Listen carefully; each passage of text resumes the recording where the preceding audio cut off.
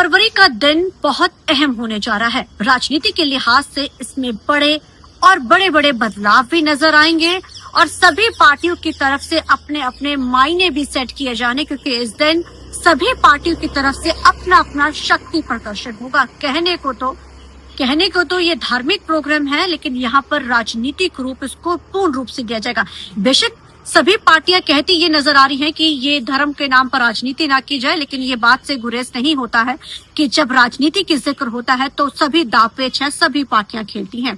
अब 1 फरवरी को जहां केंद्र सरकार अपना बजट पेश करने जा रही है, और ये बजट का दिन इसलिए भी अहम है जहां सभी राज्यों की तरफ से अपनी अपनी डिमांड सेंटर के सामने रखी गई है और जिन स्टेट्स के अंदर चुनाव होने जा रहे हैं, अब ऐसे में उन स्टेट्स के अंदर कहीं ना कहीं केंद्र का ये रहेगा कि जहां पर उनकी सरकार नहीं है वहां पे ऐसा बजट दिया जाए जो कि उनकी पार्टी उसको जमकर चुनावों में भुना सके। अब बात हम पंजाब की करते हैं। पंजाब में 2027 के चुनाव होने जा रहे हैं और ये चुनावी ईयर यानी 2026 का ये चुनावी ईयर शुरू हो चुका है। सभी पार्टियों की तरफ से दावपेच खेले जा रहे हैं। लोगों के बीच में चुनावी दावे वादे शुरू हो चुके हैं। कहने को तो ये बिल्कुल आम तौर पे हर साल नजर आते हैं जब भी चुनाव होते हैं, लेकिन इस बार चुनाव बहुत अहम होने जा रहा है माफ कीजिएगा, क्योंकि भाजपा 117 सीटों पर, अकाली दल 117 सीटों पर और आम आदमी पार्टी भी 117 सीटों पर और कांग्रेस भी। हमेशा ही गठबंधन के तहत चुनाव लड़ते हैं, लेकिन इस बार भाजपा फुल फ्लेश चुनाव लड़ने जा रही है। और भाजपा का जिक्र इसलिए अहम होने जा रहा है क्योंकि जिस तरीके के साथ बड़े दावे वादे भाजपा कर रही है, 117 सीटों पर चुनाव लड़ने की, बड़े नाम भी भाजपा में शामिल होते जा रहे हैं। अब 1 फरवरी को रविदास की जयंती है। अब ऐसे में देश के प्रधानमंत्री खासतौर पे जालंधर पहुंच रहे हैं डेरे बाबा बला के। वहां पर एक बड़ा सिंहासन, कहने को तो ये कहा जा रहा है कि राजनीति में उसी दिन जो है भगवंत मान जो पंजाब के सीएम, उनका एक बड़ा कार्यक्रम है जयंती को लेकर। उन्होंने कहा हम इसको बड़े धूमधाम से मनाएंगे। अब ऐसे में कांग्रेस भी इसको पूर्ण रूप के साथ भुनाने के लिए पूरी कोशिश कर रही है। अब नजर डाल लेते हैं कि किस तरीके के साथ वोट बैंक है। अब जयंती का वोट बैंक से क्या लिंक है वो भी आपको बताएंगे।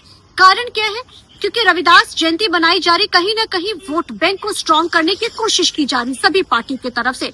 अगर आंकड़ों का जिक्र किया जाए तो तकरीबन पंजाब में दलित आबादी जो करीब 32% है, सिख और हिंदू दोनों इसके अंदर शामिल हो जाते हैं। इसके अलावा 38 यानी 38% जो आबादी है वो हिंदुओं की है, 19% जट सिख है और 11% जो है मुस्लिम और ईसाई है। तो टोटल मिला के कहीं ना कहीं अगर जोड़ तोड़ देखा जाए तो ये सभी पार्टियों को कोशिश है कि क्यों ना सभी आबादियों को कवर किया जाए, लेकिन इस समय दलित आबादी को कवर करने के लिए पूरी कोशिश की जा रही है। अब ऐसे में 1 फरवरी का दिन इस लिहाज से बहुत अहम हो जाता है क्योंकि देश के प्रधानमंत्री खास तौर पे जालंधर पहुंच रहे हैं डेरे में, और मुख्यमंत्री ने भी कार्यक्रम रखे हैं। कांग्रेस की तरफ से भी बड़े कार्यक्रम होंगे। अब देखना अहम ये रहेगा कि कौन सी पार्टी किस खेमे को किस रूप के साथ जीती है, चाहे प्रतिशत 11 हो, 32 हो, 38 हो, लेकिन हर आबादी को कवर करने की कोशिश की जा रही है। अब ऐसे में हाल ही में दलितों को लेकर जिस तरीके का बयान जो दिया गया था कि जो बड़े औहदे नहीं है कांग्रेस में, कहने को तो ये कांग्रेस का अपना बयान था, अपने उसमें उन्होंने कहा था, लेकिन इसका इम्पैक्ट राजनीति पे जमकर देखने को मिला। विपक्षी पार्टनर्स जमकर इस मुद्दे को भुनाया। अब 1 फरवरी का दिन अहम भी रहने वाला है। देश के प्रधानमंत्री पंजाब के लिहाज से अहम होगा क्योंकि 27 के चुनाव के नजरिए से उसको देखा जाएगा और भाजपा पूरी कोशिश कर रही है कि कहीं ना कहीं जोड़ तोड़ के राजनीति को मनाते हुए जैसे बाकी स्टेट्स में अपनी सरकार बनाई, यहाँ पर भी बनाई जाए। और अमित शाह का भी फरवरी में दौरा है।